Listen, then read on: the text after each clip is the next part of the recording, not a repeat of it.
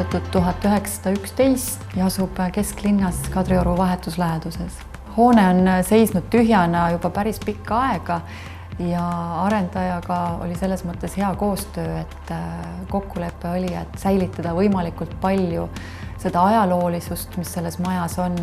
ja autentselt nii-öelda taastada võimalikult palju osasid, mida võimalik on ja mida siis ei ole, et siis siia tuua seda uut nüanssi sisse. Et kui me seda maja nii-öelda kontseptsiooni paika panime, nimi on ju majal Avangard, et see juba eeldabki seda, et siin on sellised vähe julgemad materjalid, julgemad lähenemised, aga arvestades alati seda ajaloolist. Mida siin säilitada oli, et vähe on Tallinnas selliseid uhke sissepääsuga vanu maju, kus on väga silmapaistvalt efektne kassettlagi, selline võlvkassettlagi sissepääsus, et see taastatakse 100%. Lisaks trepid on kõik autentsed, kus oli võimalik, säilitasime põrandaplaati ja väga julgelt ja palju on eksponeeritud ka sellele majale omanast punast tellist.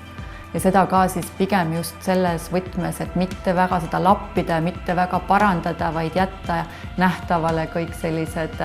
ajalooga tekkinud praod, vaod, et ta ei oleks selline silutud, klantsitud, vaid just peegeldaks seda vana aega.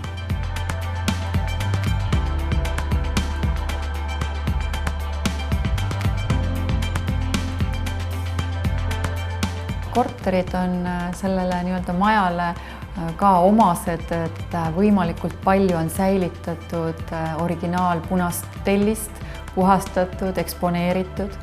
aga nagu tänapäeval ikka, siis kaasaegsed materjalid versus vanad, et ei kannata võrdlus, siis kõik, mis säilitada andis, me seda ka säilitasime, et tunnustada seda ajalugu, et kummardada selle ajaloo ees, aga samas tänapäeva inimesed ootavad ikkagi mugavusi, seega kõik põrandad, vannitoad, et kõik on vastavalt kaasaja nõuetele ikkagi üles ehitatud. Samas materjalide kasutusele oleme pööranud tähelepanu loodussäästlikkusele või looduslikkusele, et põrandad on kõik naturaalne puit, seintes on kasutatud siis ka krohvi looduslikku, et võimalikult palju siis sellist autentsust ikkagi oleks.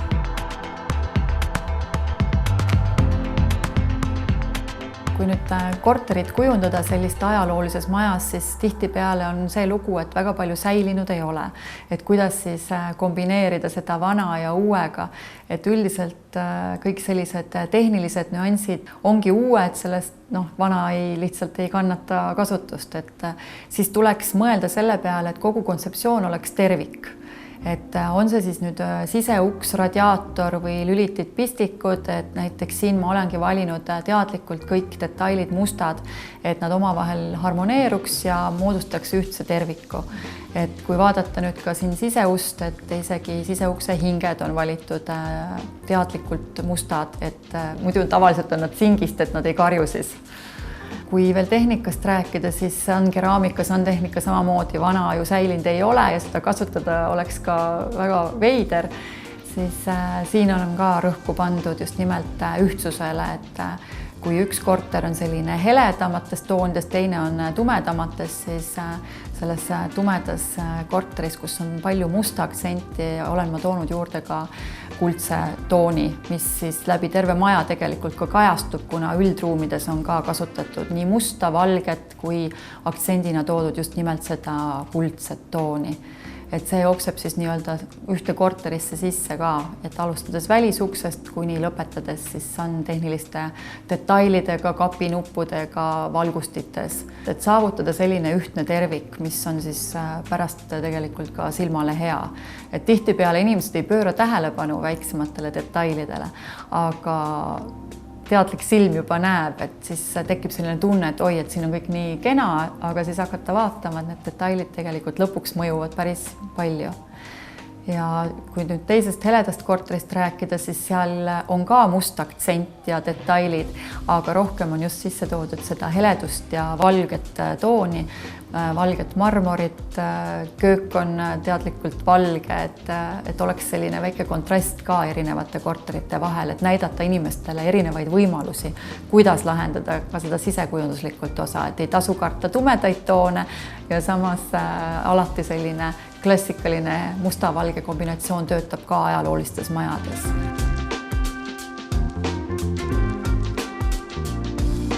Kui ainitubadesse minna, siis on alati võimalik valida ajaloolist plaati, mida ma olen ka siin kasutanud, et selline musta täpiga valge plaat, et see on juba tõesti ajaloost tuntud selline plaat ja vastukaaluks siis on võimalik minna täiesti sellist modernset teed ehk valida vannituppa ka selline kalasaba, kuigi kalasaba on ajaloost, ütleme, põrandal, puitpõrandana hästi teada parketina, siis vannitubades kalasaba plaati ikkagi ajalooliselt pole nagu leitud, et üldiselt olid need väikese mõõtmelised plaadid kõik. Et tänapäeva jälle selline tehnoloogia ja ehitus võimaldavad kasutada väga erikujulisi, erimõõtmelisi plaate ja seda nagu soovitaks ka teha ja katsetada julgelt. Vannitoa seinas olen kasutanud sellist prantsuse kalasaba veel nii-öelda 3D efekti plaati, mis on ikkagi väga tänapäeva plaat, et seal tulevad valguse varju nüansid väga hästi esile, aga samas see harmoneerub elutoa kalasaba põrandaga ja ka vannitoa kalasabaga, et eks need ongi sellised väiksed detailid, mis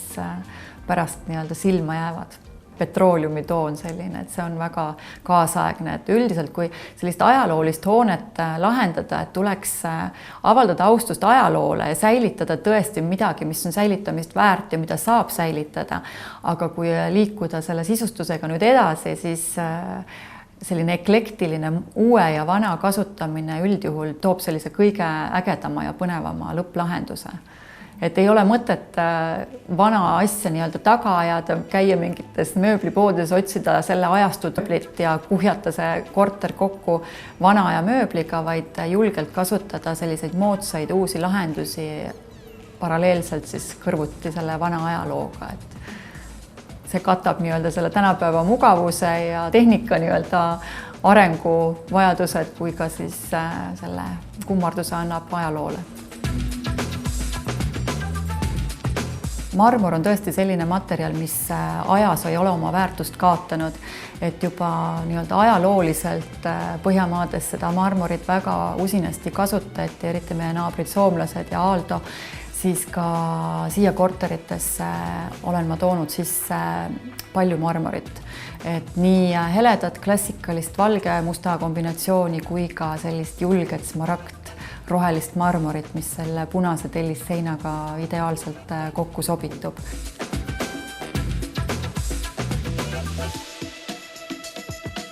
Väikeste ruumide puhul selline nutikas planeering on kõige alus. Et kui on vähe ruumi, siis üldjuhul sellist valmis mööblit on väga keeruline saada, ehk enamuse sellist mööblit olen ma siia ise disaininud, et eritellimusmööbliga on hea kombineerida ka valmismööblit, aga just eritellimusmööbel on selles mõttes hea, et igasse ruumi annab selle oma nüansi, et kõik ei ole valmis, vaid on spetsiaalselt tehtud selle maja, selle korteri jaoks, et kui vaadata nüüd neid detaile, kas või TV alus, siis puidusüü on keeratud ka diagonaali, mis imiteerib siis seda kalasaba parketti.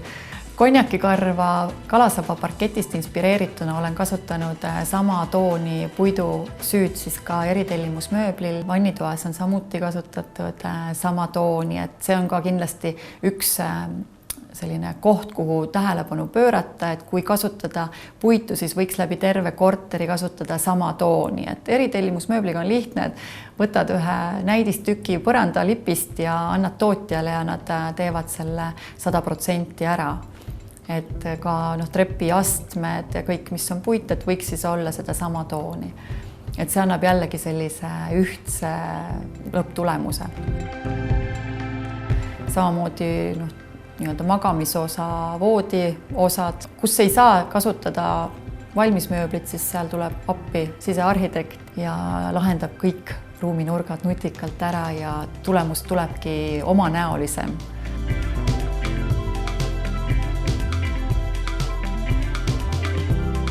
eritellimusmööblist on veel köögid, kindlasti selline väike ruumikasutus, et kus on iga millimeeter arvel, et siin ei ole nagu ruumiga väga palju mängida, et siis tuleb väga nutikalt see kõik lahendada. Kui nüüd tähelepanu pöörata veel selle köögi viimistlusele, siis sellesama nii-öelda musta taustal tooks esile ülemiste kappide fassaadi, kus on selline väga kihvt kuldne laminaat ja mille mustri ma leidsin, mis on täpselt siis nii-öelda trepipiirde võrgu mustriga. Lisaks on siin korteris veel ka kardinad, mis on samasuguse geomeetrilise mustriga, nii et jällegi, et kui pöörata tähelepanu detailidele, siis näeb sellist mustrit nii-öelda jookseb ja ka vaibas on olemas see romb. Köögi puhul tasapinnana pole mõtet üldse tänapäeval laminaati karta, et tehnoloogia areneb nii palju edasi ja siin ma olen kasutanud sellist Phoenixi musta matti laminaati, mis ei jäta ei riipimisjälgi, ega ta on ääretult vastupidav ja selline uudne materjal jälle, et mida täiesti rahulikult kasutada tasapinnana. Sisustuse valimisel tegelikult tulekski tähelepanu pöörata materjalidele, kuna tänapäeval on tehnoloogia nii hästi arenenud, uusi materjale tuleb pidevalt juurde, kui vaadata siin ringi, siis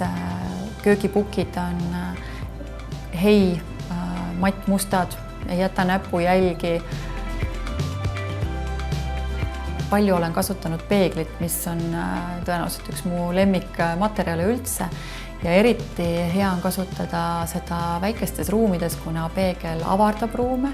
ja tekitab selliseid väga meeleolukaid peegeldusi. See on kohati kihvtim kui näiteks mõni kunstseina peal, et alati on erineva nurgalt on erinev peegeldus ja just selle avardamise mõttes, et hea materjal, nii ajaloos kasutati seda palju, terve seinte ulatuses ja siin terves majas oleme ka kasutanud väga palju peeglit.